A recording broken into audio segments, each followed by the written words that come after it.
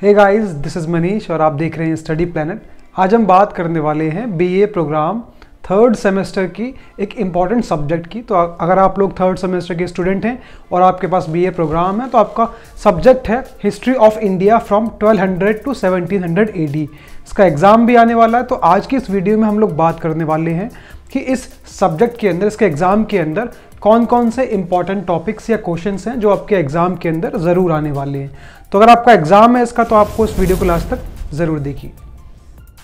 सबसे पहले इसके सिलेबस की बात कर लेते हैं। तो सिलेबस के अंदर टोटल 7 यूनिट्स हैं और उन 7 यूनिट्स के अंदर करीब 20-25 सब यूनिट्स दे रखे हैं, 20-25 टॉपिक्स दे रखे हैं।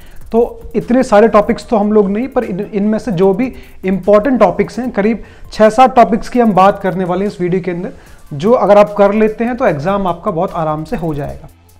बात करते हैं सबसे पहले टॉपिक की। तो सबसे पहला क्वेश्चन आपका जो बनता है इंपॉर्टेंट वो है इक्ता सिस्टम ऑफ दिल्ली सल्तनत। तो दिल्ली सल्तनत के अंदर इक्ता सिस्टम, इक्ता प्रणाली हिंदी में बोलते हैं इसको, किस तरीके से काम करती थी, अलग अलग रूलर्स जो थे दिल्ली सल्तनत के उन्होंने क्या क्या चेंजेस इसके अंदर किए। तो इस टाइप के क्वेश्चन आपके बन सकते हैं। तो सबसे पहला सवाल आपका इक्ता सिस्टम ऑफ दिल्ली सल्तनत के ऊपर बनता है। अब बात करते हैं दूसरे क्वेश्चन की। तो दूसरा इंपॉर्टेंट क्वेश्चन आपका बनता है एग्जाम में, जो कि पक्का आने के चांसेस हैं, वो है emergence of the Maratha empire under the Chhatrapati Shivaji Maharaj. तो छत्रपति शिवाजी महाराज के अंडर में जो मराठा एम्पायर था, किस तरीके से वो इमर्ज हो रहा था, या उनके मुगल्स के साथ किस तरीके के रिलेशंस थे, क्या क्या डिस्प्यूट्स और कन्फ्लिक्ट्स थे। दूसरा सवाल इसके ऊपर आने के चांसेस काफ़ी ज़्यादा हैं। बात करते हैं तीसरे इंपॉर्टेंट क्वेश्चन की। तो तीसरा क्वेश्चन आपका बनता है मनसबदारी सिस्टम ऑफ मुगल एम्पायर। तो मुगल साम्राज्य के टाइम पर मनसबदारी सिस्टम, मनसबदारी प्रणाली किस तरीके से काम करती थी इसके बारे में। या क्वेश्चन थोड़ा सा और भी घुमा सकते हैं कि मनसबदारी सिस्टम को समझाइए आप फ्रॉम अकबर टू औरंगज़ेब, अकबर से लेके औरंगज़ेब तक अलग अलग रूलर्स ने किस तरीके से मनसबदारी को प्रमोट किया, कैसे चलाया, इसके ऊपर सवाल बनता है। और इसमें थोड़ा सा ट्विस्ट भी क्वेश्चन के अंदर डाल देता है एग्जामिनर, मनसबदारी को हटाकर जागीरदारी सिस्टम के ऊपर भी सवाल पूछ सकता है। चौथे क्वेश्चन की बात करते हैं। तो चौथा इंपॉर्टेंट क्वेश्चन बनता है आपका मुगल राजपूत रिलेशंस के ऊपर। तो अकबर के टाइम पर मुगल राजपूत रिलेशंस किस तरीके से, न सिर्फ अकबर के टाइम पे बल्कि मुगल एम्पायर के टाइम पे जो भी अलग अलग मतलब राजा थे उनके, और उनके कैसे राजपूतों के साथ रिलेशंस थे, इसके बारे में सवाल आने के चांसेस काफ़ी ज़्यादा हैं। पांचवें इंपॉर्टेंट टॉपिक की बात करें तो टॉपिक है विजयनगर एम्पायर। बहुत इंपॉर्टेंट है और सबसे ज़रूरी बात इसके ऊपर ये है कि एक वास्ट टॉपिक है विजयनगर एम्पायर का, जिसके ऊपर शॉर्ट नोट से लेके लॉन्ग क्वेश्चन ज़रूर आने के चांसेस है। मेरे हिसाब से एक क्वेश्चन तो बनेगा ही बनेगा। इसके साथ साथ ये भी चांसेस हो सकते हैं कि विजयनगर एम्पायर से 2 क्वेश्चन भी आ जाएं। तो क्वेश्चन इसके बहुत सारे अलग अलग टाइप्स के बात कर लेते हैं। ऐसा आ सकता है कि discuss the nature of administrative structure of Vijayanagar empire, या फिर discuss the nature of Vijayanagar state with the special reference to the Nayankara system, या फिर describe the social economic changes under the Vijayanagar empire, और discuss the city of Hampi as a reflection of imperial power.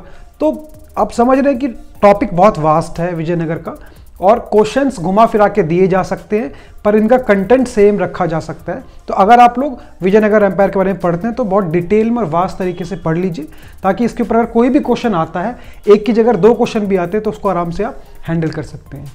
आगे बात करते हैं उससे पहले आपको बता दें कि अगर आप लोग हमारे चैनल पे नए जुड़े हैं तो आप हमारे चैनल को सब्सक्राइब कर सकते हैं, जिसमें आपको पॉलिटिकल साइंस और हिस्ट्री से रिलेटेड बहुत सारी वीडियोस आसान भाषा में मिल जाएंगी। तो आप जिस भी सेमेस्टर के स्टूडेंट हैं या जिस भी क्लास के स्टूडेंट हैं, उसके अकॉर्डिंगली आप अपनी प्लेलिस्ट चेक कर सकते हैं, जिसमें आपको कोर्स के हिसाब से काफ़ी सारी वीडियोस मिल जाएंगी। और इसके अलावा अगर आप लोग हमसे पेड क्लासेस या नोट्स चाहते हैं तो उसके लिए भी आप हमें इंस्टाग्राम पे मैसेज कर सकते हैं। नेक्स्ट क्वेश्चन की बात करें तो अगला क्वेश्चन आपका बन सकता है economic reforms of Alauddin Khilji.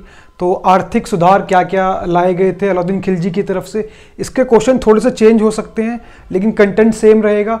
Alauddin Khilji के इकोनॉमिक के साथ साथ उसके लैंड रेवेन्यू रिफॉर्म्स भी आ सकते हैं, एडमिनिस्ट्रेटिव रिफॉर्म्स भी आ सकते हैं। तो प्रशासन के बारे में उसके और उसके राजस्व के बारे में, और सबसे इंपॉर्टेंट जो चांसेस बनते हैं वो बनते हैं आर्थिक सुधार, मतलब मार्केट और अपनी जो है बाजार से रिलेटेड क्या क्या नीतियां थी अलाउद्दीन खिलजी की। तो क्वेश्चन बहुत सारे घुमा सकते हैं, पर टॉपिक सेम रहेगा।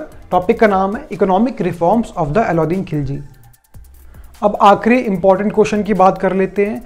और अगर आप लोग इस पूरे सिलेबस के कोर्स के नोट्स चाहते हैं, पेड नोट्स चाहते हैं, तो आप हमें इंस्टाग्राम पे मैसेज कर सकते हैं। ये पूरे इंपॉर्टेंट जो टॉपिक्स आपको बताए हैं मैंने इस वीडियो के अंदर, उसको आपको प्रॉपर आसान भाषा में नोट्स मिल जाएंगे। तो आखिरी जो इंपॉर्टेंट टॉपिक आपका बनता है इस कोर्स से, वो आता है भक्ति सूफी मूवमेंट के ऊपर। तो भक्ति और सूफी आंदोलन के ऊपर सीधा सीधा क्वेश्चन आने के चांसेस कम है, लेकिन इसके ऊपर थोड़े अलग से घुमा के क्वेश्चन आपके आ सकते हैं।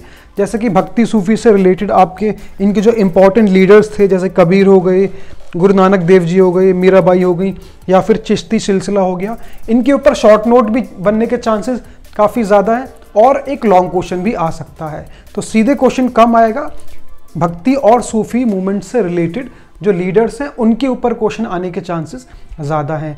तो पूरा आपको मैंने ओवरव्यू बताया कि पूरे सिलेबस में से अगर आप लोग इतने टॉपिक्स करके, ये 6-7 जो इंपॉर्टेंट टॉपिक्स आपको बताए हैं, अगर आप ये करके जाते हैं तो आपका एग्ज़ाम बहुत आराम से और अच्छा हो जाएगा। अगर आपको वीडियो इन्फॉर्मेटिव लगी हो तो आप ज़्यादा से ज़्यादा शेयर कर सकते हैं इसको, और ऐसे ही आसान भाषा में वीडियोज़ को देखने के लिए हमारे चैनल को सब्सक्राइब कर सकते हैं। Thank you so much for watching.